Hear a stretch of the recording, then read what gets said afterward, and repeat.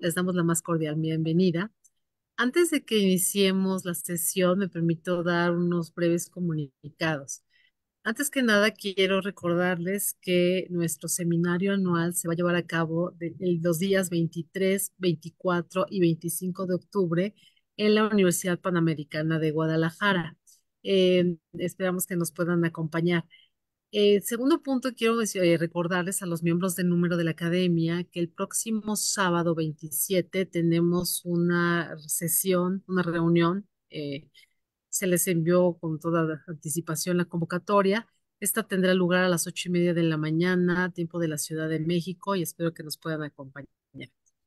Eh, Les pedimos de manera muy atenta a quienes nos acompañan que registren, por favor, su nombre, su correo, la institución y el lugar de procedencia para que podamos registrar la asistencia. También de la misma manera les solicitamos que mantengan sus dispositivos electrónicos apagados para que no interfiramos con la conferencia. Antes de iniciar la sesión, le voy a pedir a nuestra prosecretaria Marta Stones, ¿cierto? A nuestra secretaria general, Karina Tejada, que nos sea tan amable de darle lectura a nuestro muy querido, perdón, que lea su currícula, la currícula de nuestro queridísimo maestro, amigo, invitado que tenemos el día de hoy. Gracias, nuestra Tejada, la escuchamos. Muchas gracias, doctora. Muy buenas tardes tengan todos ustedes. Para mí es un placer poder presentarles al maestro Contreras Vaca. Me va a permitir leer una breve síntesis curricular del maestro antes de darle la palabra. El maestro Contreras es originario de la Ciudad de México, es licenciado en Derecho egresado de la Universidad Nacional Autónoma de México en el año 1984, en donde con mención honorífica obtuvo su título profesional presentando el trabajo de tesis denominado Análisis crítico de la Convención Interamericana sobre Recepción de Pruebas en el extranjero y sus proyectos de protocolo. El maestro Contreras es abogado postulante y es autor de diversos libros, todos estos publicados por diversas editoriales académicas y que, bueno, disculpen, en este momento no me va a permitir leer todos por cuestión de tiempo, pero todos sabemos que el maestro es un gran estudioso del derecho internacional privado. El maestro también es miembro del comité editorial del Boletín Mexicano de Derecho Comparado, publicado por el Instituto de Investigaciones Jurídicas del UNAM. Forma parte del consejo editorial de la Revista Mexicana de Derecho Internacional Privado y ha participado como ponente en diversos cursos. El maestro ha impartido diplomados y seminarios desarrollados en varias universidades del país y ha publicado sus trabajos en memorias y revistas jurídicas nacionales. El maestro también es catedrático en las áreas de conflictos de leyes y competencia judicial de la División de Estudios de Posgrado de la Facultad de Derecho de UNAM y en la Universidad Panamericana.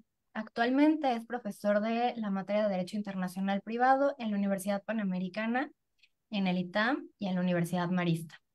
Desde 1985, el maestro es miembro de la Academia Mexicana de Derecho Internacional Privado, de la cual tenemos el honor de que haya sido presidente de su Junta de Gobierno en el bienio 1997-1998. Además, ha sido panelista en el capítulo 19 del Tratado de Libre Comercio de América del Norte y actualmente sustituido por el TECMEC. Y a partir de 1996 es integrante de la Asociación Mexicana de Mediación y Arbitraje Comercial. Maestro, es un honor que hoy lo tengamos con nosotros y le cedo la palabra. Muchísimas gracias por su asistencia. Bueno, primeramente quisiera agradecer a la Junta de Gobierno de la Academia Mexicana de Derecho Internacional Privado la oportunidad para platicar el día de hoy, ¿verdad?, respecto de los aspectos de la cooperación judicial internacional en el nuevo Código Nacional de Procedimientos Civiles y Familiares.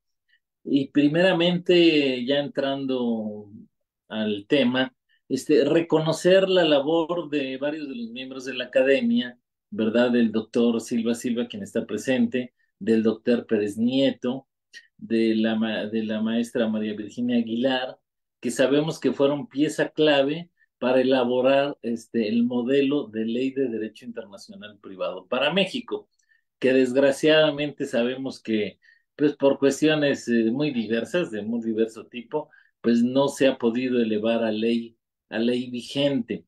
Sin embargo, sabemos que este Código Nacional de Procedimientos Civiles y Familiares nos dio la oportunidad que los aspectos procesales que ya se habían trabajado en este proyecto de ley modelo en materia civil y familiar. La ley modelo obviamente es más amplia, abarca temas laborales, temas penales, temas mercantiles, pero sin embargo este aspecto, entonces se pudiera proponer y colocar gran parte de ella en este nuevo Código Nacional de Procedimientos Civiles y Familiares. Entonces sabemos que además de que se tomó de esta ley modelo esa parte, bueno, también todavía trabajo adicional del doctor Silva Silva, que lo afinó para adecuarlo al Código Nacional de Procedimientos Civiles y Familiares. Realmente hizo algunas cosas muy positivas, como vamos a señalarlo posteriormente. Y pues bueno, ya la labor también de Eli, ¿verdad? De Eli y de José Treviño, académicos que fueron los que acudieron al Parlamento abierto que se llevó a cabo en la ciudad de Veracruz, donde entregaron, ¿verdad? Este proyecto que se elaboró y después a la doctora Ligia, ¿verdad? Ligia González Lozano, una académica muy querida también para nosotros, que participó activamente en los trabajos del libro décimo. Entonces aquí pues está eso, en el libro décimo la participación muy importante de la MEDIP.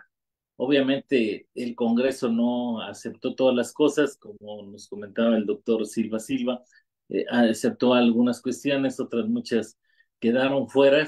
Y bueno, de estas dos concepciones ideológicas nació este libro décimo del Código Nacional de Procedimientos Civiles y Familiares, y dentro de este libro sabemos que se habla de la cooperación procesal internacional. A mí no me gusta, perdón, cooperación judicial internacional. Yo prefiero hablar con cooperación judicial porque sabemos que hay actos que se hacen fuera del proceso o juicio. Por ejemplo, todo lo que son las medidas cautelares, los procedimientos especiales de restitución de menores, pues esta colaboración no se hace dentro del juicio. Entonces, a mí me gusta hablar más de cooperación judicial internacional, no cooperación jurisdiccional internacional, porque otros hablan de jurisdiccional, porque no todo está dentro de la facultad jurisdiccional de resolver controversias, ¿verdad? Es decir, no en todos los casos se aplica esa facultad jurisdiccional. Cuando se colabora en una notificación, pues, ¿qué jurisdicción se hace? Nada más se ayuda o auxilia en un trámite. Pero bueno, vamos a ver esta regulación. Y obviamente, bueno, como sabemos, la cooperación judicial internacional es parte de este libro décimo, pero antes de entrar al libro décimo y a esta parte de ese libro, pues primeramente yo creo que es importante analizar los aspectos generales del Código Nacional de Procedimientos Civiles y Familiares, los principios básicos, porque sabemos que todo tiene que ir en un mismo camino. Es decir, como es un solo código y no un libro puede ir de un lado y el otro libro de otro lado y todo desmembrado porque no sale un engendro. Es decir, aquí todo debe de ir hacia un mismo fin. Entonces, ¿cuáles son los postulados básicos de este Código Nacional de Procedimientos Civiles y Familiares? Bueno, el lógico, el orden público. El proceso sabemos que es de orden público y para los ius privatistas y para la cooperación procesal es del lex fori. El juez siempre en principio para colaborar aplica su derecho procesal. Sabemos que puede utilizar formalidades especiales, procedimientos adicionales, como después lo veremos y como lo señalan ya desde hace 30 y casi 40 años los tratados internacionales, empezando con la Comisión Interamericana sobre Exhortos y Cartas Rogatorias de 1975, entonces ya esto es viejo, pero entonces sabemos que el proceso es de orden público, y bueno, eso nada más es lógico y así lo repite el código. También este código sabemos que le da mucha importancia a la justicia alternativa, ¿verdad? Al arbitraje, a la conciliación, a la mediación. Y relacionado con este código, sabemos que también en el mes de febrero se publicó esta Ley General de Mecanismos de Solución de Controversias en base también a otra reforma constitucional que se hizo en el 2017, donde, ¿verdad?, se obliga también a hacer una ley para regular ese tipo de mecanismos alternativos, y esta misma ley remite al Código Nacional de Procedimientos Civiles en muchos de sus principios. Sin embargo, el Código Nacional de Procedimientos Civiles y familiares le da mucha importancia a estos mecanismos alternativos de solución de controversias. Otro principio importantísimo que este código lo innova es la creación del procedimiento convencional. Sabemos que en materia mercantil, Código de Comercio, el Código de Comercio habla de este procedimiento convencional, incluso habla de que es un procedimiento preferente en materia mercantil. Yo como litigante no he tenido realmente uno, me parece un procedimiento en base a un juicio en base a un procedimiento convencional, pero sin embargo la legislación mercantil lo establece como procedimiento preferente y lo interesante es que también este Código Nacional de Procedimientos Civiles Familiares señala que también las partes pueden pactar las reglas de procedimiento, hacer este procedimiento convencional en los juicios o para resolver asuntos civiles y familiares. Entonces, muy interesante esta inclusión de ese procedimiento convencional. Como otro principio muy interesante, sabemos que son los ajustes al procedimiento. Cuando hablamos de indígenas, cuando hablamos de menores, cuando hablamos de personas en situación de vulnerabilidad, discapacitados, incluso ancianos, todas las personas que caben ahí, sabemos que a lo largo del Código Nacional se establecen ciertos ajustes al procedimiento. Por ejemplo, si participa un indígena, digo, hacía manera de ejemplos y salpicones. Sabemos que puede presentar sus promociones en su lengua indígena y no necesita la traducción. También participando indígenas, de vuelta volviendo con este grupo, además del expediente que debe de ser en español, también debe hacerse una síntesis en su idioma. La sentencia también debe hacer una síntesis en su idioma. En caso de menores, sabemos que también las sentencias, el ajuste, es que se debe de dar también una sentencia en un formato fácil para que sea entendible para los menores. Entonces, a lo largo de todo este Código Nacional de Procedimientos Civiles, se establecen para este tipo de grupos vulnerables esos ajustes al procedimiento. Entonces, es una situación muy interesante. Y también, además de ajustes al procedimiento, la suplencia de la queja deficiente. No nada más para menores, no nada más en materia familiar, sino incluso en la materia civil. Cuando intervienen menores, indígenas y cualquier otra persona de estos grupos en situación de vulnerabilidad, se puede suplir las deficiencias en los planteamientos de hecho y de derecho. Entonces es una facultad muy interesante. Ahora, sabemos que este código señala que desde la demanda y la contestación se le puede señalar al juez si la persona que está promoviendo pertenece a uno de estos grupos, para que el juez obviamente pueda realizar los ajustes al procedimiento que son necesarios o suplir las deficiencias de la queja que se presente. Otra cuestión interesante que, bueno, ya sabemos que los códigos la contemplan, el interés superior del menor. El código también en su artículo quinto establece este principio, que muchas legislaciones ya lo contemplan. Otro interesante es la aplicación de los usos y costumbres en materia de indígenas, conforme a la obligación constitucional del artículo 2. Sin embargo, aquí sí veo un problema interesante porque bueno, es obligación de los jueces aplicar los usos y costumbres. Sin embargo, cuando hablamos de la prueba, o las reglas de prueba, por ejemplo, el 266 dice, solo los hechos están sujetos a prueba. El derecho lo estará únicamente, dice, cuando se trate de normas diversas a las generales. Aquí sí me di por vencido.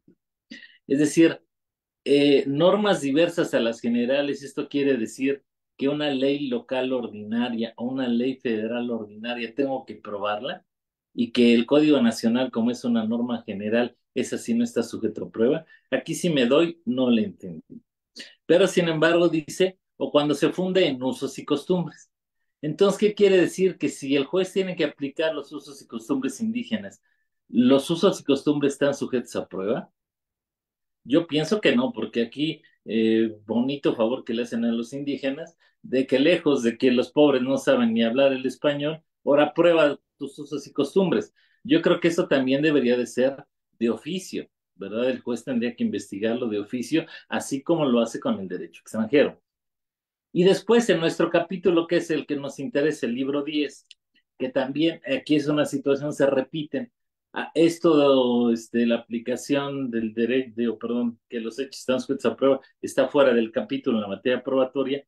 Y en el libro 10 de vuelta, en el artículo 1130, fracción segunda, dicen, solo los hechos están sujetos a prueba, entonces aquí uno u otro o los dos van a quedar. Dice, el derecho lo estará únicamente cuando se funden usos, costumbres, tradiciones o valores culturales. Entonces, el libro 10, sí está más claro aquí, que esas tradiciones que pueden ser indígenas, esos valores culturales que pueden ser indígenas, entre otros, también deben de ser probados. Entonces, yo creo que aquí sí debe limitarse de que no se refiere a usos y costumbres indígenas. Claro, puede haber muchos otros usos y costumbres que yo estoy de acuerdo que necesito probarlos, porque el juez pues no está obligado a saberlos. Pero cuando se trata de indígenas por su situación de vulnerabilidad, aquí se debió decir específicamente, a menos de que se trate de usos y costumbres de pueblos indígenas y afroamericanos, en cuyo caso el juez de oficio tendrá que investigarlos, ¿verdad? Eso para darle justicia a los indígenas si realmente se quiere aplicar verdaderamente sus usos y sus costumbres. Bien, otro principio también muy importante del código sabemos que es el de la oralidad. Los juicios, incluso escritos, son orales, porque bueno, no se innovó nada con los juicios orales, porque sabemos que el proceso escrito en las audiencias, cuando al testigo le pregunto o le pregunto a la contraparte en una confesional, pues es oral, ¿verdad? Es ni modo que le diga por escrito, a ver, léelo. Ah, no, entonces, a ver, ahora léelo tú. Sabemos que de todas maneras en el proceso llamado escrito también hay fases de oralidad. Sin embargo, en el proceso oral sabemos que se le da a la oralidad mayor importancia, pero hay fases escritas, porque la demanda es escrita, que tiene que contener el ofrecimiento de pruebas escrito, la contestación es escrita, y obviamente las audiencias, tanto la preliminar como la audiencia de juicio, pues ahí sí son más orales, ¿verdad? Y también sabemos que en eso se le da más intervención oral a los abogados y el juez debe dictar su sentencia y explicar los resolutivos de la misma de manera oral. Entonces sí, hay más oralidad.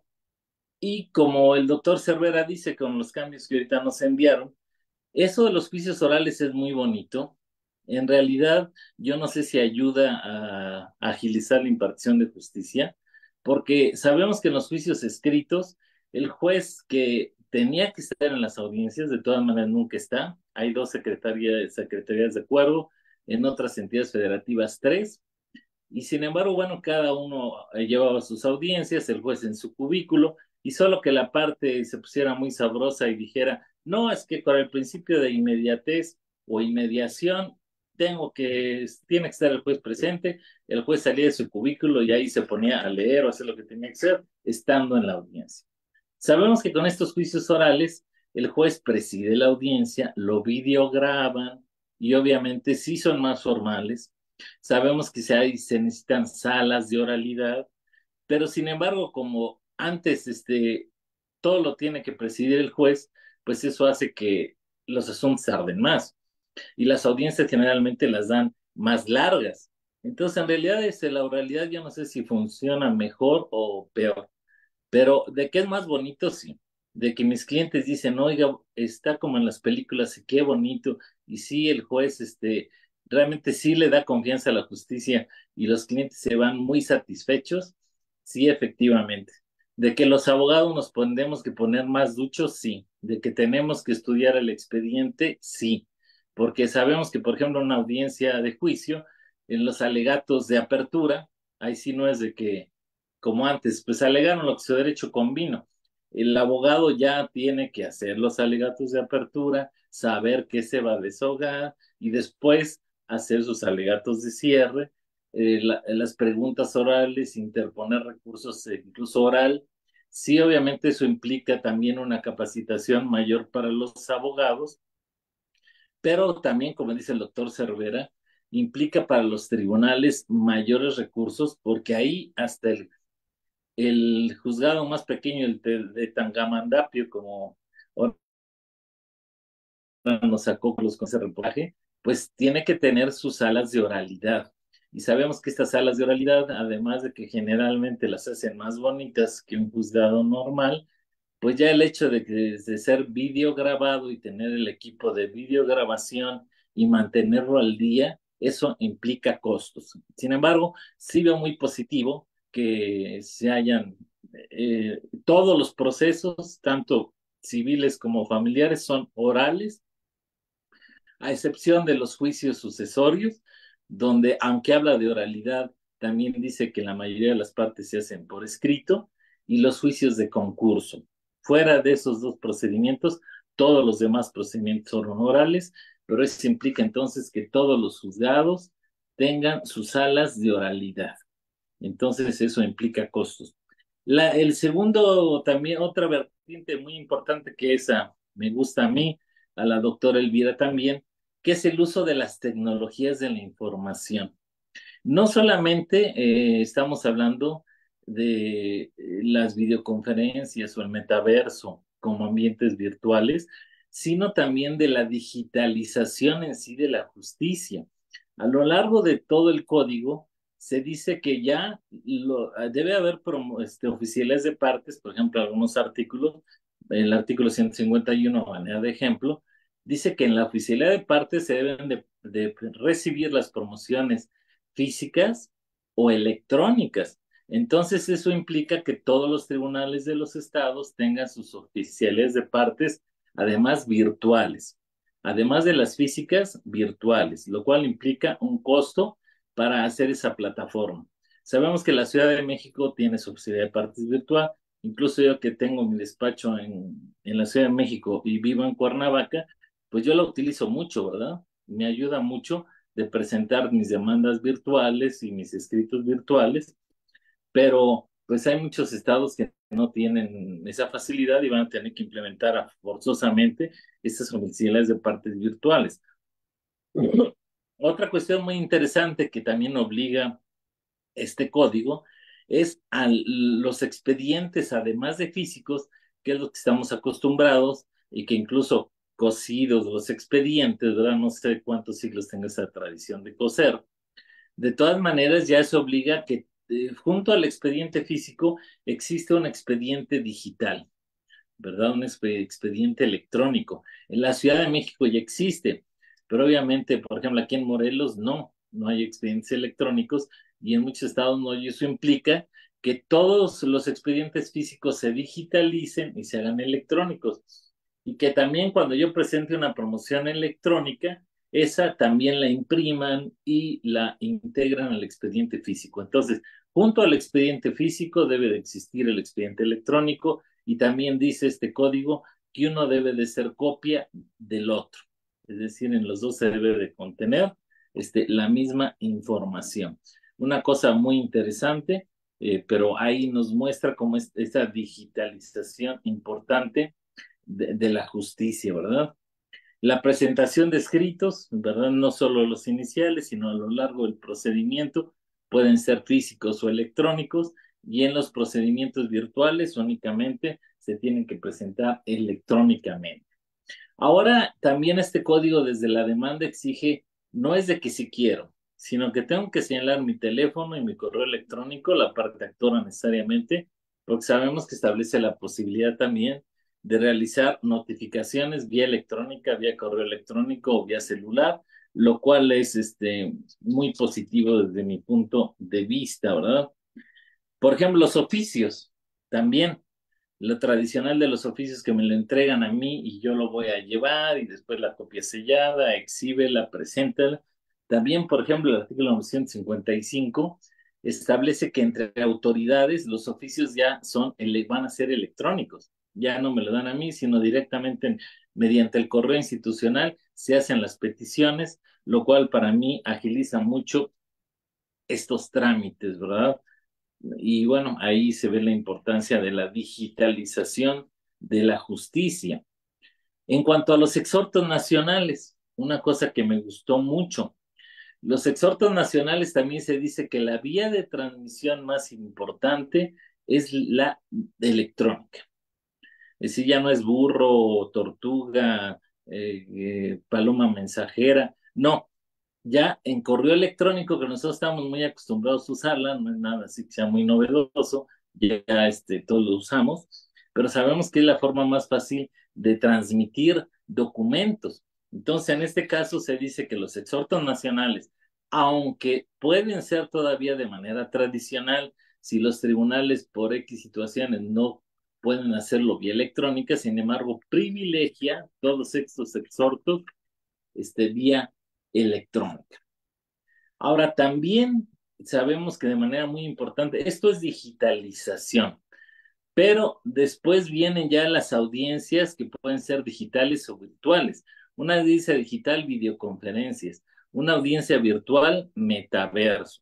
Entonces, aquí lo interesante, cuando habla el libro 8 de la justicia digital, no crea yo pensé antes de que lo leyera que iba a crear un procedimiento en línea. No, lo interesante es que este código dice que cualquier diligencia, cualquier juicio, ordinario civil, oral familiar, ejecutivo, todos los juicios que establece este código se pueden tramitar presencialmente o en línea. Entonces, aquí hay un principio muy interesante que se llama de elegibilidad, donde dice que las partes, incluso al momento de presentar mi demanda, establece el código, yo debo de manifestar si es mi interés que el juicio se lleve de manera presencial o en línea.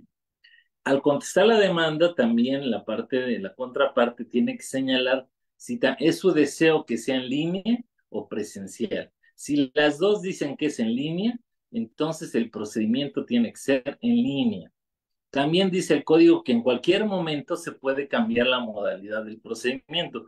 Puede empezar en línea y después hacerlo presencial, o puede empezar presencial y después se puede hacer en línea, o puede haber que nada más una cierta diligencia se haga en línea.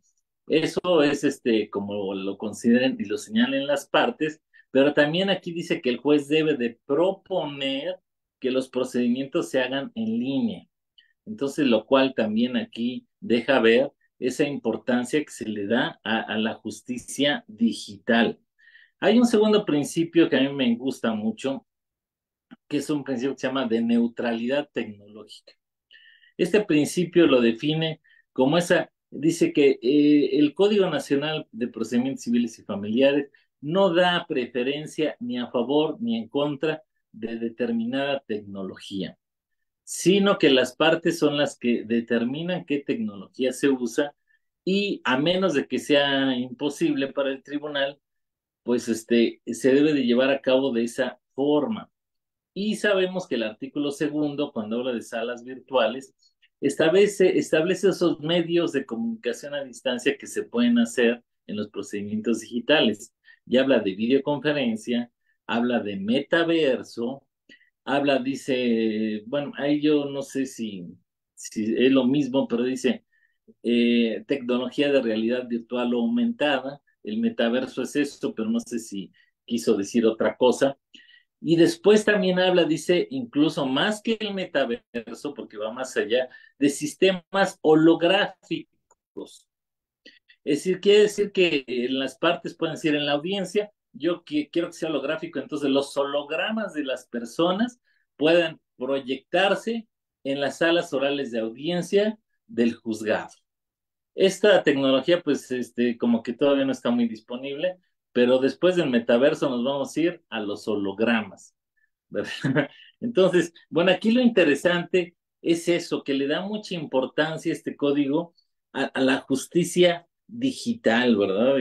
Y esos procedimientos en línea.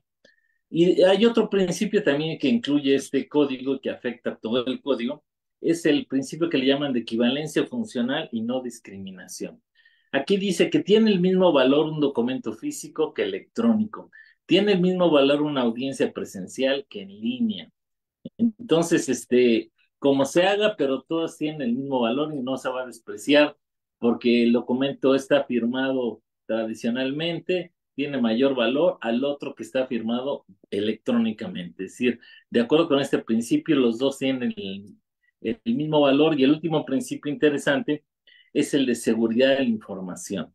Entonces, como esta información que envío en documentos electrónicos, en los procedimientos en línea, etcétera, los tribunales deben de garantizar la conservación de esa información confidencial y evitar que obviamente personas no autorizadas tengan acceso a ella.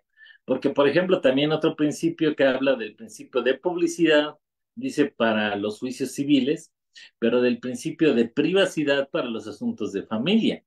Entonces, en una audiencia de familia en línea que se hiciera, por ejemplo, o aunque no fuera en línea, presencial, pero por ejemplo, sabemos que la escucha de menores, o como, bueno, aquí le dicen escucha de menores, o como en la Ciudad de México decimos plática con los menores, pues ahí el código dice que deben de ser videograbadas. Entonces ahí va a haber una información videograbada, el niño va a estar ahí físicamente, lo tienen que videograbar, pero esa videograbación se tiene que conservar y proteger para que no salga a la luz de otras personas que no estén autorizadas. Entonces, bueno, estos son los principios básicos de código y todos los libros deben de atender estos mismos principios, ¿verdad? Ahora, yéndonos ya al libro de 10, que es el que nos interesa, ¿verdad? Que se denominó de los procesos de carácter internacional. Quizá primeramente señalar que obviamente la cooperación procesal internacional es una parte de este libro, no lo es todo. Hay otras partes también muy importantes que las voy a mencionar ahorita, por ejemplo, algunas, que es la fijación de las reglas de fijación de competencia para asuntos que tienen puntos de conexión con diversas legislaciones. Ahí se dan ciertas reglas para adopciones internacionales, divorcios internacionales, sucesiones internacionales. Lo que sí aquí vi y creo que se debe detallar más, como que ciertas reglas generales, ¿verdad? Se repiten, obviamente en este libro décimo, pero no se dice de manera específica, aunque bueno, uno tiene que deducir y uno que ya es experto dice, ah, no, es que estas son para los procesos internacionales. Estas no se aplican a cualquier juicio, solo a los internacionales. Pero desgraciadamente el libro, en su primer artículo, que es el 1116, no dice cuándo un proceso es de carácter internacional, porque empieza los procesos de carácter internacional se regirán por las disposiciones de código y demás leyes aplicables. Dice, bueno, salvo lo dispuesto en los tratados y convenciones de química aparte, que después lo veremos. Entonces, no define cuándo un proceso es de carácter internacional. Uno como jus privatista diría, bueno, pues es que qué fácil. Obviamente es internacional cuando tiene puntos de contacto con diversas legislaciones de diversos países. Pero eso lo sabemos nosotros. Pero una persona que no es abogado o un abogado que no es internacional privatista no lo sabe. Entonces yo creo que hay que definir el ámbito de aplicación de este libro. Sí, para mí era importantísimo, es importantísimo que se dijera, un proceso tiene carácter de internacional cuando tal, para saber entonces qué juicios entran en la regulación de este libro y posteriormente también cuando haga de las reglas de competencia, por ejemplo, el 1117 dice, la autoridad jurisdiccional competente para conocer de los siguientes casos.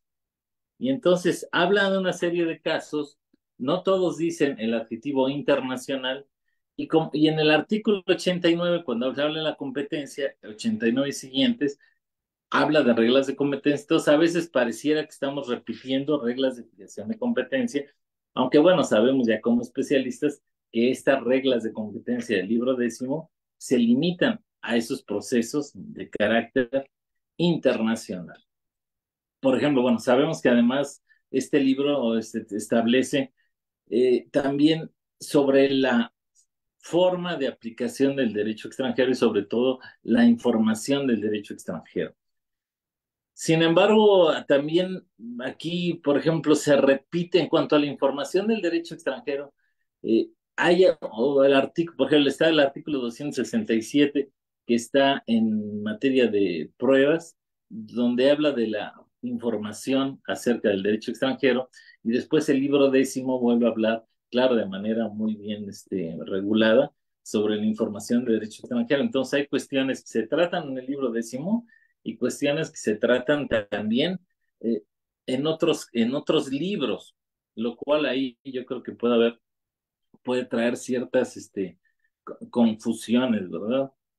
Eh, una cosa también, además de la cooperación, muy importante es el momento de elección del derecho extranjero, que aunque no es materia de competencia, sí lo voy a hablar un poquito de eso, y que fue una idea genial del doctor Silva Silva, donde se señala que anteriormente, y sabemos que prácticamente en todos los ordenamientos de la materia o generales, se dice que el juez al momento de dictar sentencia es el que señala cuál es el derecho aplicable y es donde aplica las reglas correspondientes para determinar el derecho de fondo aplicable a la controversia y aplicarlo.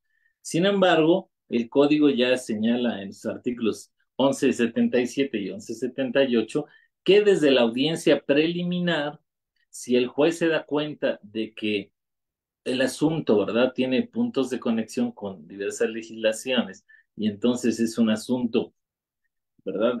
Que interesa al libro décimo, ¿verdad? Es un proceso de carácter internacional. Entonces, en este caso, desde ese momento, tiene que determinar el derecho que va a aplicar y también dar la oportunidad a las partes, si son derechos disponibles, que determine cuál es el derecho que las partes eligen. Entonces, bueno, hay ciertas cosas que se regulan además de la cooperación procesal internacional. Y bueno, bueno, por ejemplo, otra cuestión interesante también, en cuanto a los testamentos hechos en país extranjero, eso no se regula en el libro décimo, sino que el artículo 798 es el que los trata. En cuanto también a la eficacia de los documentos públicos extranjeros, eh, además de que se regulan en el libro décimo, vamos a ver en su momento cómo también se regulan en otros libros y también, por ejemplo, hay problemas en cuanto a la traducción, porque en el libro décimo se dice una cosa, en otro artículo se dice otra cosa y en otro artículo se dice otra cosa, entonces sí hay contradicción. Entonces, bueno, ya dejando esos antecedentes que no sé si fueron breves o no muy breves, pero vamos a entrar ahora sí a la cooperación procesal internacional del libro décimo de este Código Nacional de Procedimientos Civiles y Familiares. Obviamente, por ejemplo, en cuanto a la cooperación de ejecución de sentencias, porque no, la cooperación procesal, sabemos, abarca cuestiones, actos prejudiciales como medidas cautelares, actos de mero trámite procedimental, notificaciones, emplazamientos, citaciones, desahogo de pruebas, actos que tienen que ver la ejecución coactiva, como es el reconocimiento de validez y la ejecución de sentencias extranjeras, o actos de cooperación específicos, como por ejemplo la restitución internacional de menores. Sin embargo, para seguir el orden del código, el artículo 1117, por ejemplo, habla de la competencia indirecta para la ejecución de sentencias. Porque también aquí un problema y que lo vamos a también resolver más adelante, si yo quiero hacer una notificación en México o un desahogo de pruebas, ¿ante quién la tengo que promover? La competencia de los jueces mexicanos. Y con este Código Nacional que se aplica tanto al Poder Judicial de la Federación como a los 32 poderes judiciales de las entidades federativas, también habría que determinar si el hecho de ser una competencia, perdón, una solicitud de auxilio del extranjero, entonces se va toda la federación o obviamente se distribuye entre la federación y las entidades federativas. Sabemos que la cooperación procesal internacional, esta cooperación se puede prestar por las autoridades federales y por las autoridades locales. Y en materia de ejecución de sentencias, este artículo 11.17 establece la regla, que quedó más claro que antes, pero yo creo que le faltó. Porque, por ejemplo, dice la autoridad judicial mexicana competente para ejecutar una sentencia, laudo o resolución jurisdiccional será la del domicilio del ejecutado. Aquí lo interesante es que no necesariamente el ejecutado tiene que tener su domicilio en México. Entonces puede ser que el ejecutado no tenga su domicilio, pero dice, o dice, el del lugar donde, dice, el del lugar donde se encuentren los bienes. ¿Verdad? Obviamente, bueno, cuando vemos ejecución de sentencias, vamos a señalar que no se pueden ejecutar sentencias donde se haya ejercitado una acción real inmobiliaria.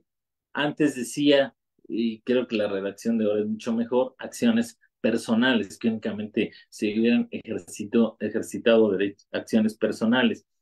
Pero sin embargo, aquí también el problema sería, si tiene bienes en diversas entidades, pues bueno, ahí obviamente lo lógico es en cualquiera de ellas, si alcanza a cubrir obviamente el monto de la condena impuesta por el juez extranjero. Pero yo creo que se debió especificar, si hay bienes en diversos lugares, a elección de, pues bueno, o donde esté la mayoría, etcétera, porque aquí vamos a ver que todavía la petición la tiene que hacer el juez extranjero. Sin embargo, otra duda que me surge es juez federal o juez local, porque dice los del domicilio, pero los jueces ¿qué? ¿El juez federal o el juez local? Y aquí sabemos, siguiendo la lógica para el auxilio en notificaciones y emplazamientos, que será el juez local, a menos, dice, que se vaya a notificar a la federación, entidades federativas o municipios, donde en ese caso, en caso de notificaciones, en este caso sí, el auxilio lo prestan los jueces federales. Entonces aquí también se debe haber distinguido y decir, en principio la ejecución de las sentencias es de los jueces locales. Sin embargo, cuando en el proceso extranjero, ¿verdad? Intervino algún órgano de la federación, de las entidades federativas o de los municipios, o se ve afectado su patrimonio, en esos casos obviamente el asunto se convierte en federal y la competencia para reconocer validez y en su caso ejecutar la sentencia tiene que ser las autoridades federales. Entonces yo pienso que ahí hubiera sido bueno que el código especificara autoridades federales o autoridades locales. Ahora, en cuanto a las notificaciones, algunas reglas de notificaciones. Como les dije, el artículo 1131 también establece las normas de fijación de competencia indirecta de nuestros jueces para colaborar. Y aquí dice, como estaba antes, aquí no hay ninguna innovación, que en este caso, lo que es las notificaciones o desahogo de pruebas, si no tiene que ver, dice, un órgano de la federación o sus dependencias, una entidad federativa o sus municipios, en este caso la colaboración para actos de mero trámite procedimental se presta por las autoridades locales, ¿verdad? Y solo, ¿verdad? Que intervenga la federación, entidades federativas o municipios, estas diligencias se hacen por conducto de las autoridades federales, dice aquí, en razón del domicilio o residencia habitual dice de aquellas, aquí más bien sería domicilio o residencia habitual de la persona que debe ser notificada o de donde se va a recibir la prueba, ¿verdad? Porque como que eso, bueno, queda medio vago. Ahora, en cuanto a las notificaciones, de vuelta estando en esto de las notificaciones, si se van a realizar en el extranjero, el 1132 dice que una notificación que se va a realizar en el extranjero debe ser conforme al derecho procesal de la ley del Estado que va a realizar la notificación. Sin embargo, sabemos que en materia de emplazamientos, muchas veces en Estados Unidos, por ejemplo, pues ahí envían por correo, les envían el emplazamiento y con eso es válido. Bueno, aquí dice que siempre y cuando dice sea en forma personal, dice toda notificación a una persona que se encuentre fuera de los Estados Unidos mexicanos para surtir efectos en el territorio nacional, se tendría que hacer de forma personal y conforme a los medios que prescribe el orden jurídico del lugar donde se encuentra. Ahora, si la notificación al contrario se va a realizar en México, sabemos que en principio se hace conforme a las reglas del Código Nacional de Procedimientos Civiles y Familiares, a menos que se señalen formalidades especiales o procedimientos adicionales para su trámite, en cuyo caso se podrán observar. Sin embargo, esto que así lo señalan los códigos anteriormente y los tratados internacionales que México ha suscrito, en materia de notificaciones y emplazamientos, pareciera que este código quita las formalidades adicionales, porque el artículo 1134 dice, todas las notificaciones y emplazamientos provenientes del extranjero en territorio nacional serán de conformidad con lo dispuesto en este código nacional. Entonces, como que ahí faltó, ¿verdad? A menos que se soliciten formalidades especiales y procedimientos adicionales que no sean contrarias al orden público nacional. El artículo 1135 que habla de la contestación de las demandas.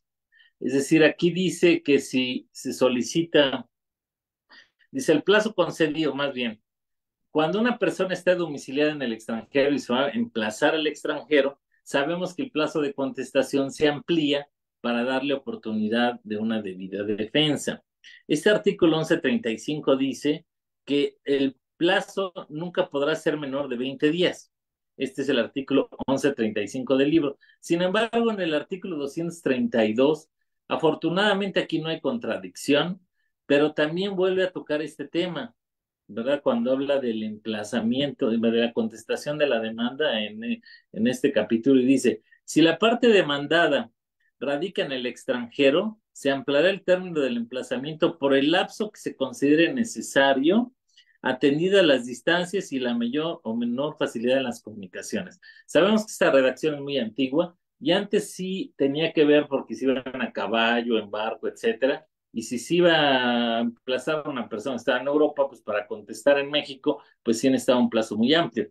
Pero ahora sabemos que debido a la agilidad de las comunicaciones, ya no importa si está en Estados Unidos, si está en Australia, si está en China, si está en Japón, realmente todas llegan a la misma velocidad. Entonces, la distancia ya no es, ya dejó de tener importancia.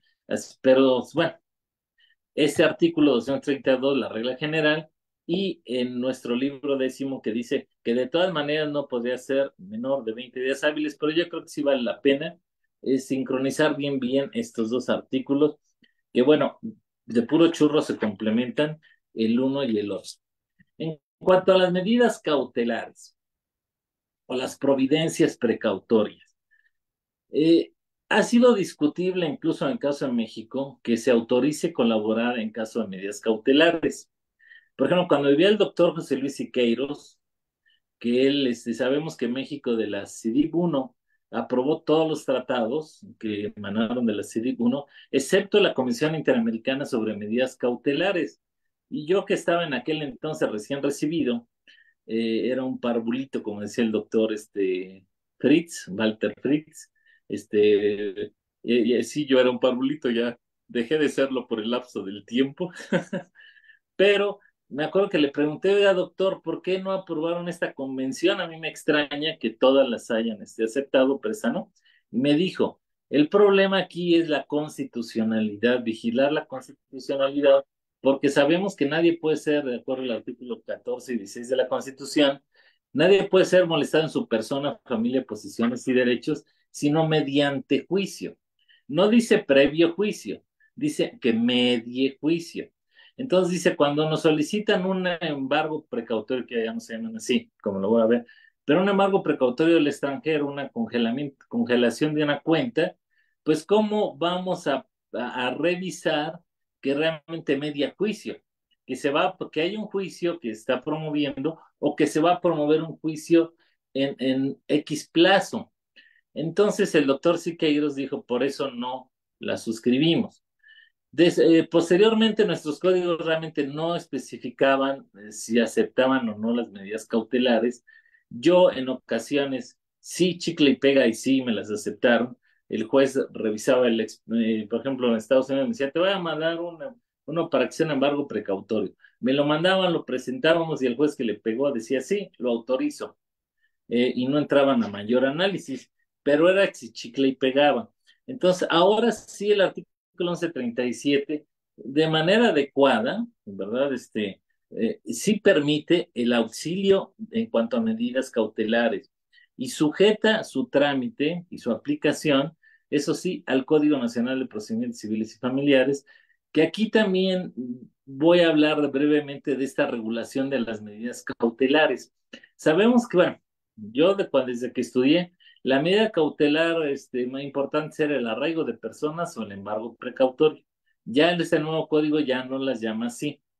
Ahora, en vez de arraigo de personas, dice radicación de personas. Claro que esto realmente no creo que nos llegue un exhorto donde se pida la radicación de persona, pero sí, ya no hablamos de embargo precautorio, sino que ahora hablamos de retención de bienes o aseguramiento de bienes. Si juez, yo quiero que le retengas bienes o que asegures bienes porque estos van a ser objeto de juicio y no quiero que se dilapiden, los vendan, etcétera. Y también en cuanto a medidas cautelares nacionales, se habla de dos momentos. Primero, de una manera provisional y una vez que se retuvo, por ejemplo, se retuvieron los bienes o se aseguraron los bienes, entonces ya con audiencia de la persona afectada se lleva a cabo una audiencia oral, donde en esa audiencia oral ya se determinan si esas medidas se confirman, se levantan o se aumentan y posteriormente, ahí en la misma audiencia se le tiene que dar un plazo al solicitante para que presente la demanda en X plazo, con el apercibimiento que si no lo hace, la medida se levanta y con eso respetamos el derecho humano de la Constitución de que medie juicio. Entonces, está bien que se permitan que sean medidas cautelares del extranjero y que obviamente se tenga que seguir las reglas del Código Nacional de Procedimientos Civiles para llevarlas a cabo, ¿verdad? Ahora, en cuanto a la práctica, recepción y desahogo de las pruebas. Aquí también eh, se repite fuera del libro y dentro del libro. Y esto, sabemos que las convenciones internacionales que México ha suscrito y el Código Federal de Procedimientos Civiles y los códigos de procedimientos civiles del DF y de otras entidades decían que si nos solicitan, por ejemplo, a México, ¿verdad? El auxilio para inspección general de archivos que no están identificados de manera particular, sino que son con características genéricas, México no puede colaborar, por ejemplo, en ese aspecto de la inspección judicial. Eh, Aquí se repite lo mismo que decía, pero lo interesante es que se repite en el artículo 140 y tal cual se vuelve a repetir en el 324. Entonces hay dos disposiciones iguales que aquí yo creo que o se quita la del 324 y se mantiene la del 1140, que yo creo que es lo más lógico, pero pues, no tiene caso que haya dos artículos que hablen de lo mismo, ¿verdad? Después, en cuanto a desahogo de pruebas, que no se innova nada, pero es que ya nosotros ya la ganancia sabemos que es que no diéramos un paso atrás, ¿no? Es decir, lo importante es que nos quedáramos firmes en lo que ya se ganó y ya se trabajó por 36 años. Por ejemplo, la reforma anterior fue de 1988, para ahorita son 36 años, y mínimo lo que queríamos, o yo además lo que consideraba, porque yo no intervine, que era que, pues mínimo no un paso atrás, ¿verdad? Sino un paso adelante. Entonces creo que sí garantizamos cuando menos que lo que ya se había ganado se mantuvo y sí hubo algunos pasos, desde mi punto de vista podríamos haber dado otros pasos más grandes, pero sí hubo pasos, pero bueno, cuando menos no nos echamos para atrás. Y por ejemplo aquí en materia de desahogo de pruebas en la testimonial, pues sí, se habla de que o los funcionarios públicos no pueden dar o rendir una prueba testimonial del extranjero sobre su calidad de funcionarios, ¿verdad? O exhibiendo archivos oficiales bajo su control. También sabemos que en las testimoniales se pueden cumplir formalidades especiales o procedimientos adicionales en el desahogo de una prueba testimonial o de declaración de parte para permitir que el proceso extranjero se pueda desahogar en México siempre y cuando obviamente no se afecten los derechos humanos. Y esto lo repite el artículo 1142. En cuanto a los documentos públicos provenientes del extranjero, que habla este artículo 144, bueno, sabemos que deben estar legalizados, apostillados y además traducidos. Bueno, el 1144 habla de esa legalización, apostillamiento. Lo interesante es que también fuera de este libro, el artículo 314 repite lo mismo, que al hablar de los documentos, habla que de los documentos públicos extranjeros deben estar legalizados o apostillados.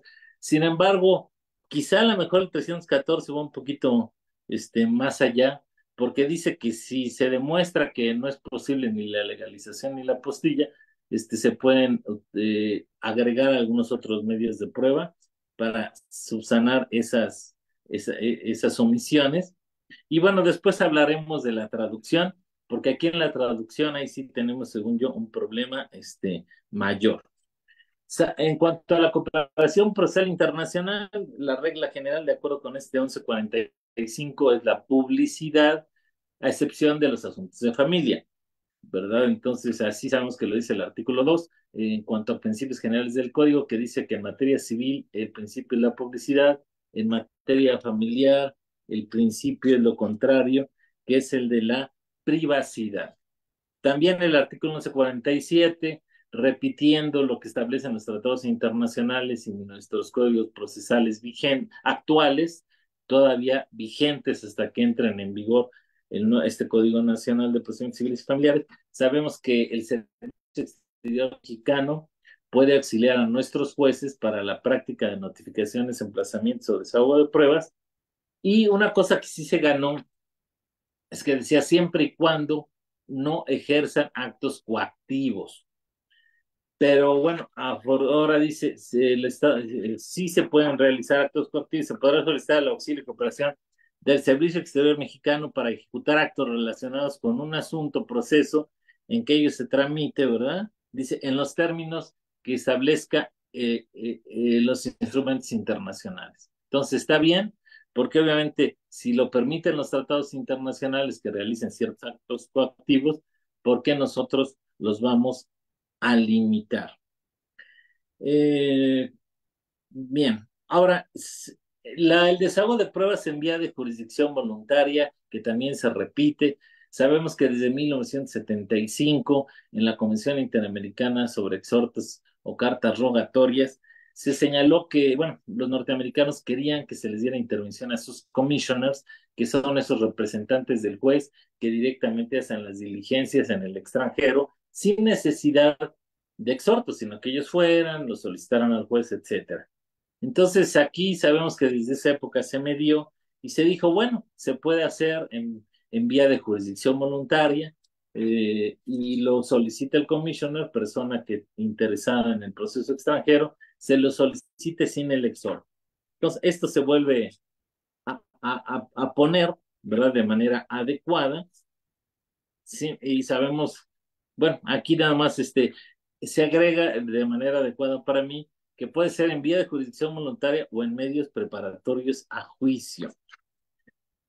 Es cosa muy interesante que me imagino que aquí intervino Vicky, bueno, el doctor Silva también, porque sabemos que en todos los aspectos intervino el doctor Silva, muy activo, y al cual le agradecemos tanto interés y su trabajo, que habla del procedimiento de restitución internacional de menores.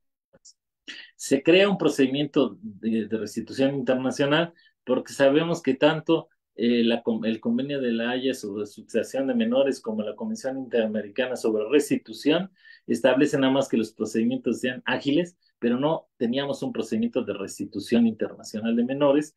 Ya se establece, no voy a hablar de ese procedimiento porque nos podríamos llevar aquí horas hablando del mismo, pero de manera adecuada se crea este procedimiento. Y una cosa que me gustó mucho, también en otro de los libros, se habla, que habla de la materia familiar, de una restitución nacional. No el niño necesariamente se lo tiene que llevar a Estados Unidos, Argentina, España, etcétera, sino se lo pueden llevar de la Ciudad de México a Chihuahua, de Chihuahua a Yucatán, y tampoco había un procedimiento de restitución nacional.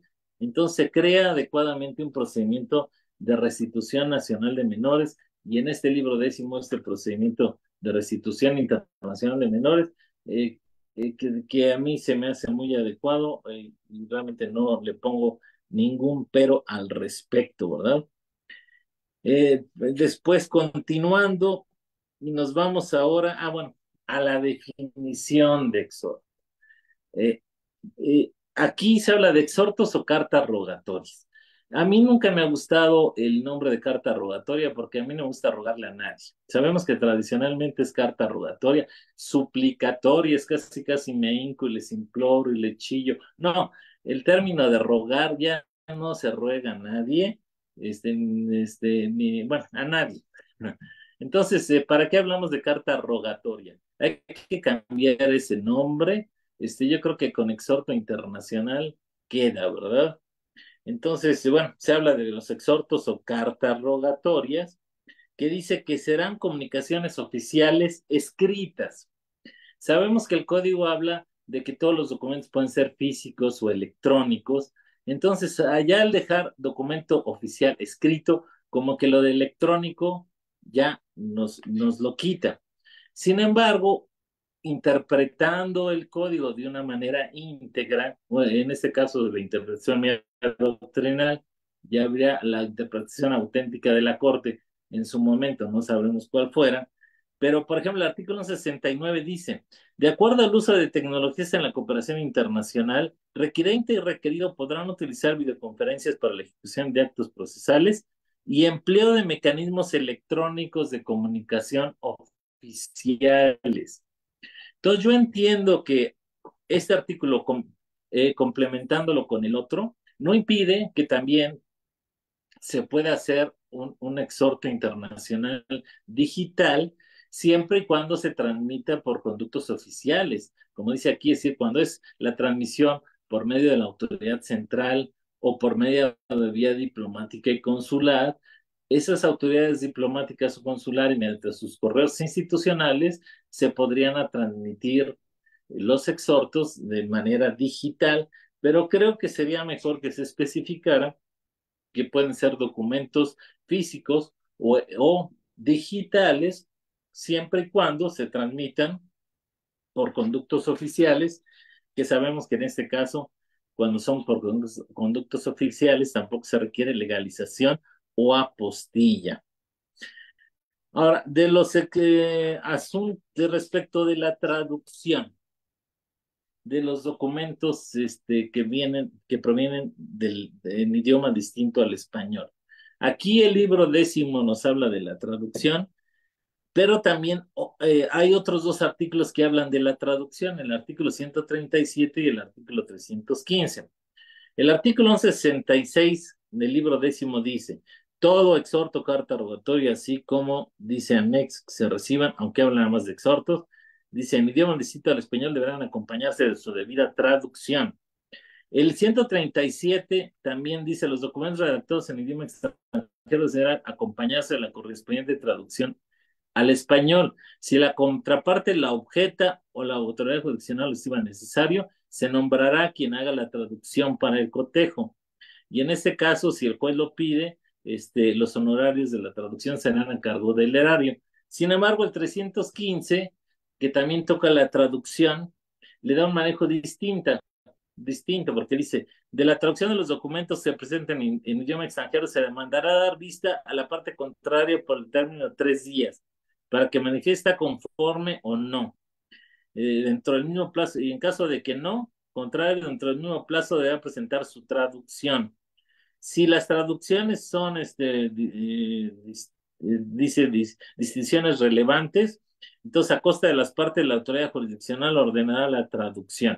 Entonces yo creo que sí, aquí sí hay cierta discrepancia en la traducción que valdría la pena, pues, uniformar estas situaciones, ¿verdad? Ahora, volviendo a los exhortos de mero trámite procedimental, notificaciones, emplazamientos, desahogo de pruebas, aquí sí el artículo 69 dice que la solicitud o el exhorto donde se solicita debe de establecer las formalidades adicionales o procedimientos especiales que se necesiten. Aquí antes se hablaba de que se tramitarán por duplicado para mantener una copia de todo el original se manda y se dejaba una copia de todo lo actuado. Actualmente dice que está bien, obviamente, que se dice, se formará expediente de las actuaciones. Aquí nada más deberían de haber dicho también física o electrónicamente, o ambas, más bien ambas, física y electrónica, y se enviará copia de las actuaciones a la autoridad requirente. Sabemos que también si una autoridad nacional no puede cumplir todo en su totalidad, puede cumplir una parte y mandarla de oficio a la otra autoridad nacional para que contemple la petición, ¿verdad? En cuanto a las vías de transmisión, el 1165 habla de las cuatro vías tradicionales, propias partes interesadas, vía judicial, vía diplomática o consular o autoridad central. Es decir, se usa igual el mismo término, autoridad competente del Estado requirente al requerido. Sin embargo, yo creo que aquí se debería de haber adicionado o correo, la vía electrónica, porque sabemos que incluso en Europa, el día 13 de diciembre de 2023 salió un reglamento para la digitalización de la cooperación procesal en materia civil, penal, mercantil y familiar, donde se establece esa posibilidad de que las autoridades se comuniquen en correo electrónico y se usen videoconferencias también, dice, o cualquier otro medio de comunicación a distancia.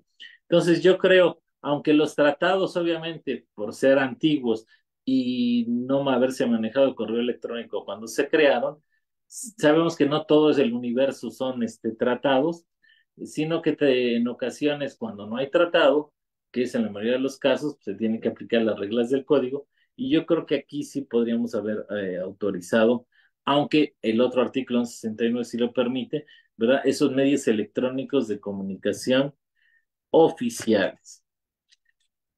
Y bueno, ya señalé lo de las videoconferencias, el 1169, que habla de la posibilidad de realizar videoconferencias y las reglas para realizarlas. Quizá nada más digo, yo sé que yo estoy en el metaverso y van a decir, lleva agua a su molino. Pues en parte, pero también la tendencia, como les dije, en Europa es que sean videoconferencias o cualquier otro medio de comunicación a distancia, no limitarse. Entonces yo creo que podría haber dicho aquí videocon, bueno, pero creo que interpretando, si por ejemplo, si yo quiero hacer una audiencia en metaverso, pues yo le diría al juez, en base al principio de neutralidad tecnológica que establece el código, pues puedo utilizarlo, máxime cuando el artículo 2 permite el uso de videoconferencias, metaverso, sistemas holográficos, etcétera, y tal vez haciendo esa interpretación, pues sí cabría, pero quedaría más claro si ahí se estableciera de manera específica.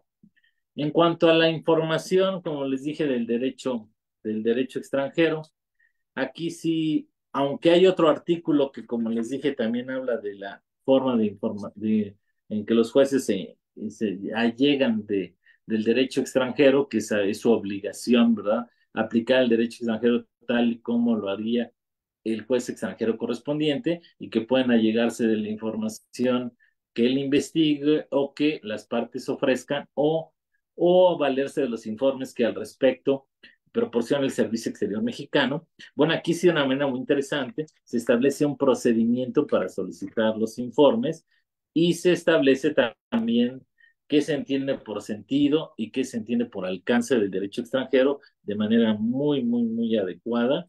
Se incluyó y el procedimiento también, ¿verdad? Eh, ¿Cómo se informa? Bueno, desde la audiencia preliminar, ¿verdad? En caso, bueno, el juez puede ordenar que se gire oficio a la autoridad para que haga la investigación o en caso que considere puede admitir la pericial, etcétera, en la audiencia preliminar o que se gire el oficio para que se haga la investigación. Y también sabemos que cuando los jueces extranjeros, en base a esta Convención Interamericana sobre Prueba e Información del Derecho Extranjero, cuando las autoridades extranjeras solicitan a las autoridades mexicanas de información respecto de aspectos del derecho mexicano, también el artículo 1176 establece un procedimiento adecuado para llevar a cabo esta colaboración internacional. En cuanto a, como les dije, de la determinación del derecho aplicable al proceso, aunque esto no forma parte de la cooperación procesal.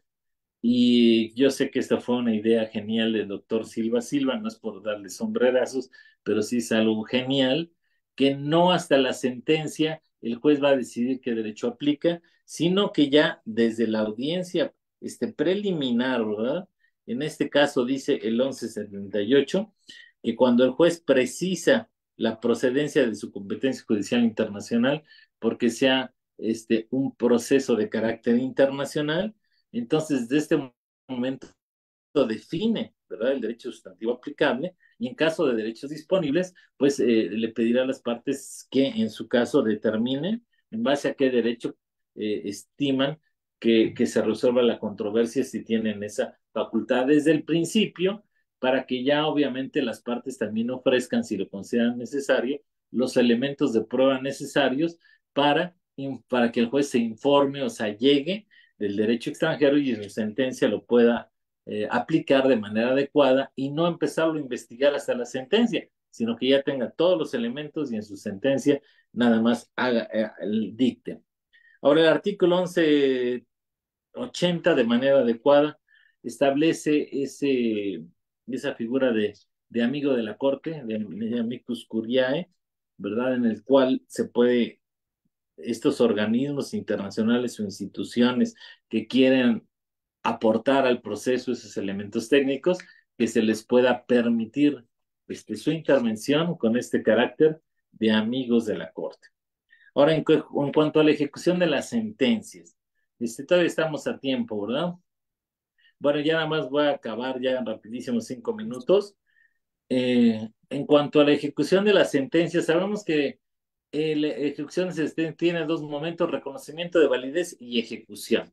De acuerdo con el artículo 99, que dice que únicamente, ¿verdad? Las resoluciones, dice, perdón, no, es el 1163, que solo cuando se requiere homologación cuando vaya a haber ejecución forzosa. Entonces, una sentencia, cuando nada más se le reconoce validez, yo entiendo que es automática y únicamente el procedimiento de homologación, que se establecen ahí unas reglas de homologación, se limita para aquellas sentencias de condena, ¿verdad? Las sentencias que nada más se le reconoce de validez, yo entiendo que es automático. Se señalan aquí las reglas, como les dije, de ejecución y el procedimiento de homologación. Entonces, me parece que ya me extendí demasiado, todavía tenemos tiempo. Yo creo que ya comenzamos con el cierre, maestro, Sí, porque ha cerramos. sido un Entonces ya, excelente resumen. por mi parte, estas fueron las ideas más importantes respecto de la cooperación procesal internacional en el Código Nacional de Procedimientos Civiles y Familiares. Gracias.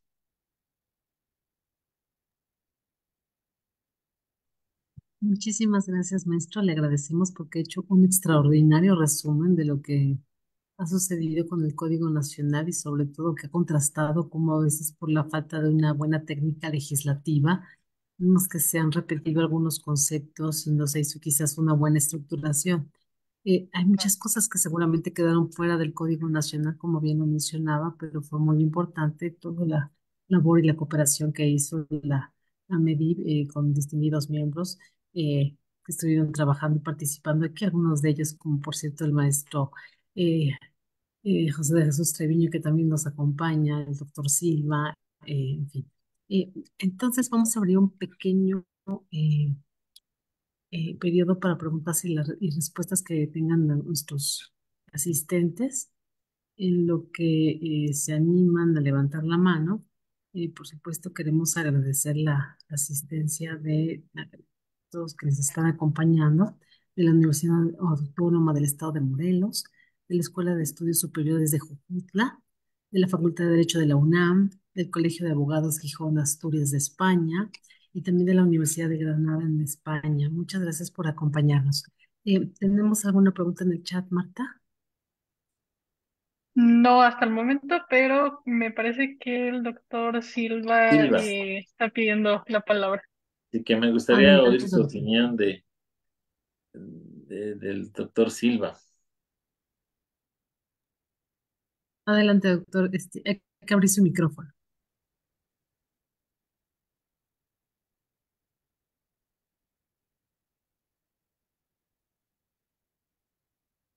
No se oye, doctor.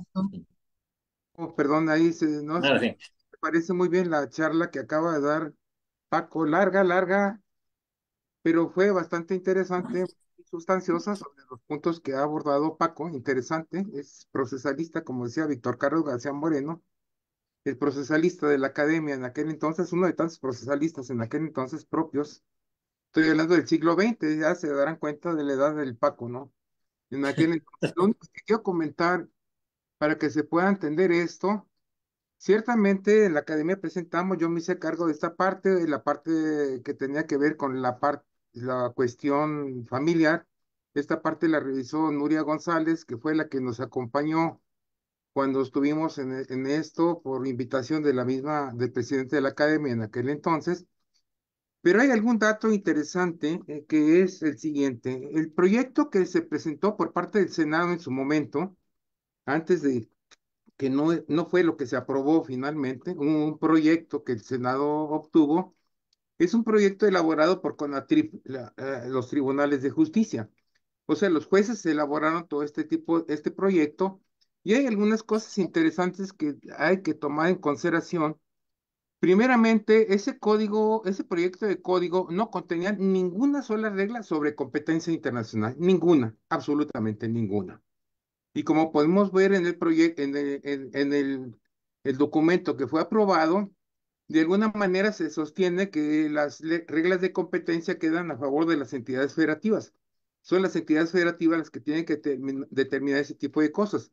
En la parte propiamente de derecho interno. En la parte internacional, nosotros metimos esto y logramos que se colocara la parte de competencia internacional. No había nada sobre esto. Tampoco había ningún libro décimo.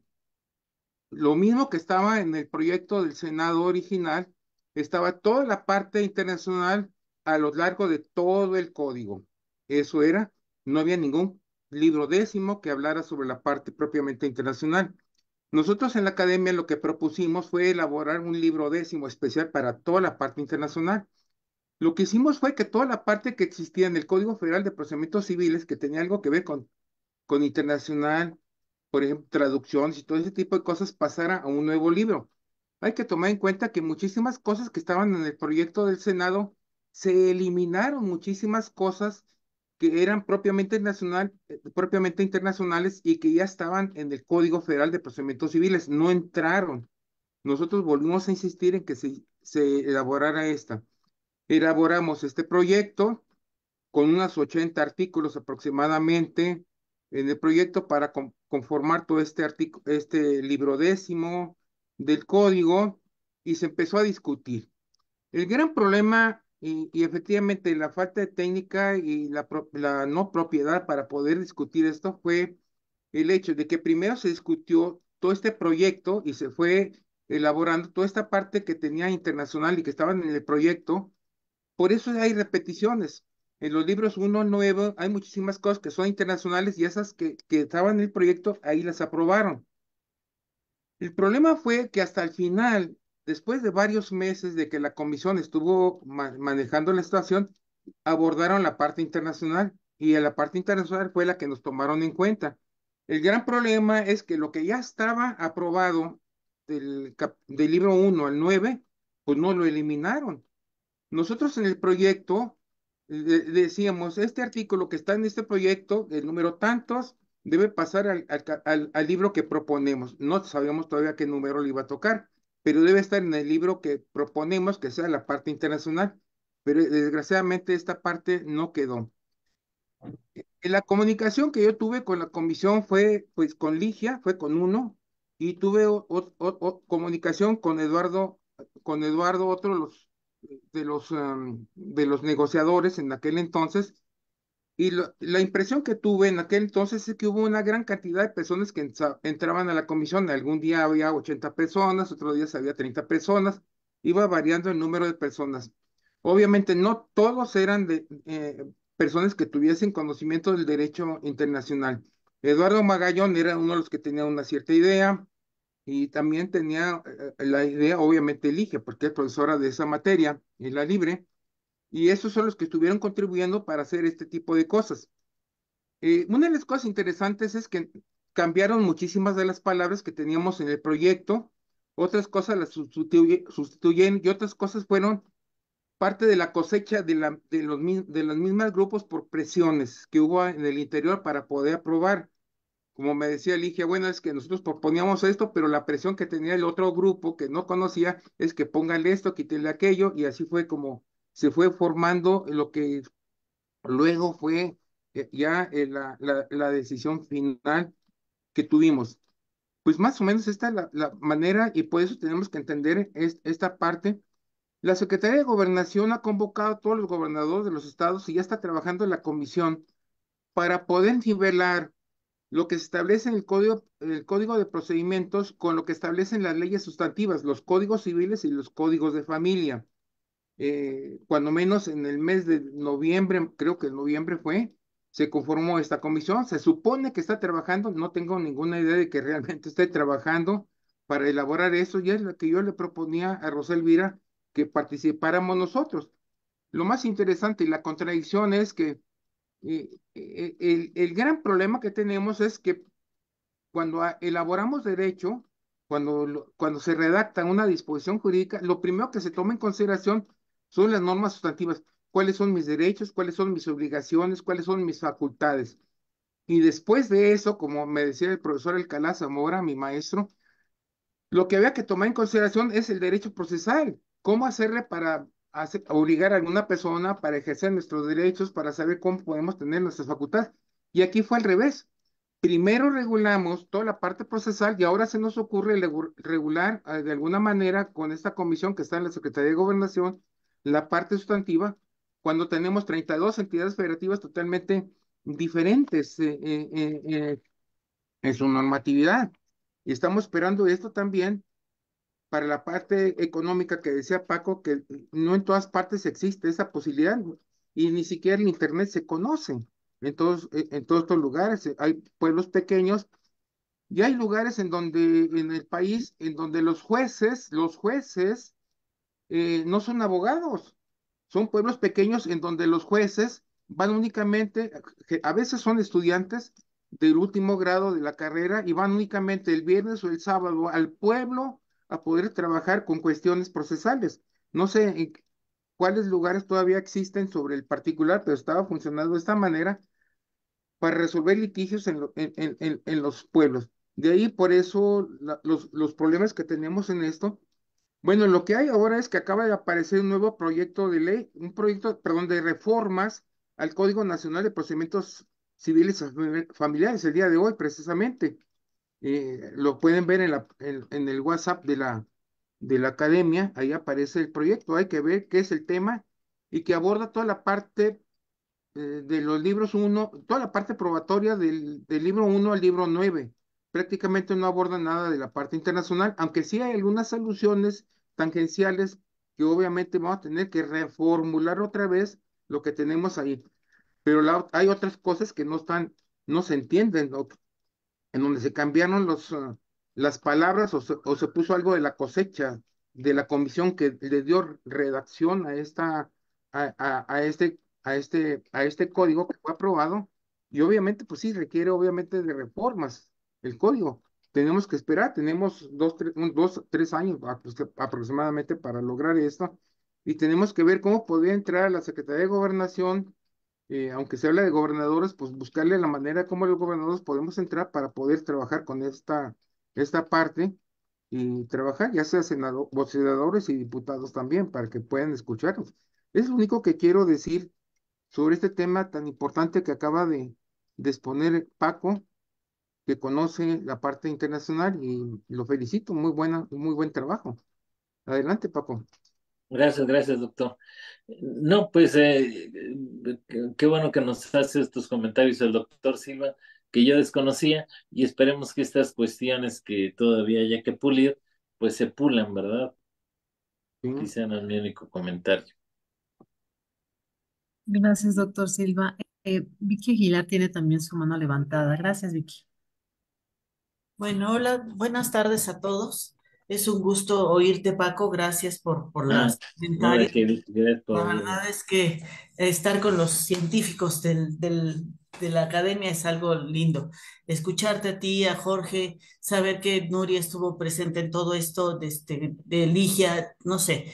Creo que sí tenemos que hacer, y aquí creo que es una propuesta, más que nada era una felicitación a todos los que participaron, gracias a ti, Paco, pero sí yo creo que tendremos que hacer a lo mejor este seminario, no lo sé, pero ponernos a revisar con lupa el libro 10 y concatenarlo con todos los cambios que pueda haber en relación a todos los otros libros, porque yo creo que tenemos que poner orden a partir de aquí, porque sí se van a poner las cosas pesadas.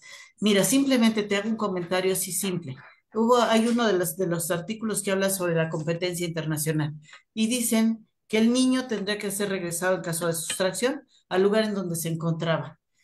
Vaya, se trabajó años desde la Haya para decir residencia habitual, para que ahora en un plumazo digan al lugar en donde se encuentre. De tal manera que si estaba en un estadio con su papá y de ahí se lo robó, en tal caso, cuando lo regresen, lo van a regresar al estadio. O sea, imagínate qué locura es esta, ¿no? Entonces, sí, yo creo que nos tenemos que agarrar, yo creo que esa parte del 10 y relacionarlo con las otras partes, no sé, ponerlos por comisiones, yo no lo sé, o sea, creo que este es un trabajo nuestro y que sí tiene que ser un trabajo serio y formal para que todos tengamos pues una ganancia, porque esto va a servirles a todas partes, creo yo.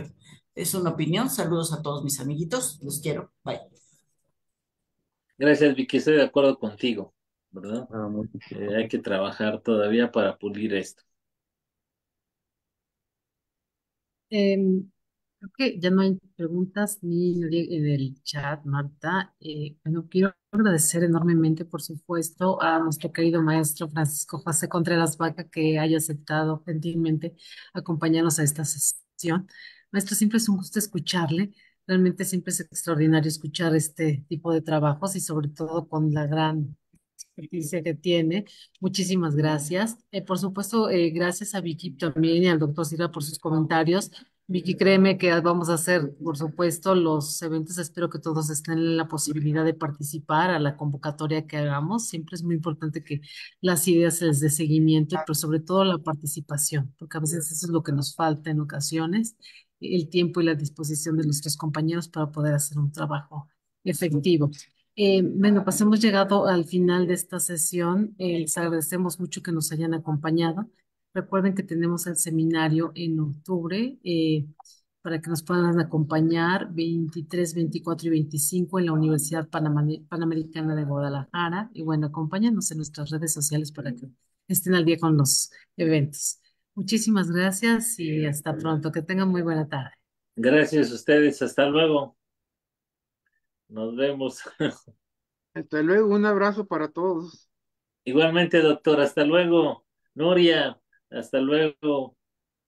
Nos- Vicky, Elvira, nos vemos, Martita. Bye, bye, bye, Cari. Chao, bye. Pedro, nos vemos. Bye. Hasta luego, buenas tardes. Bye.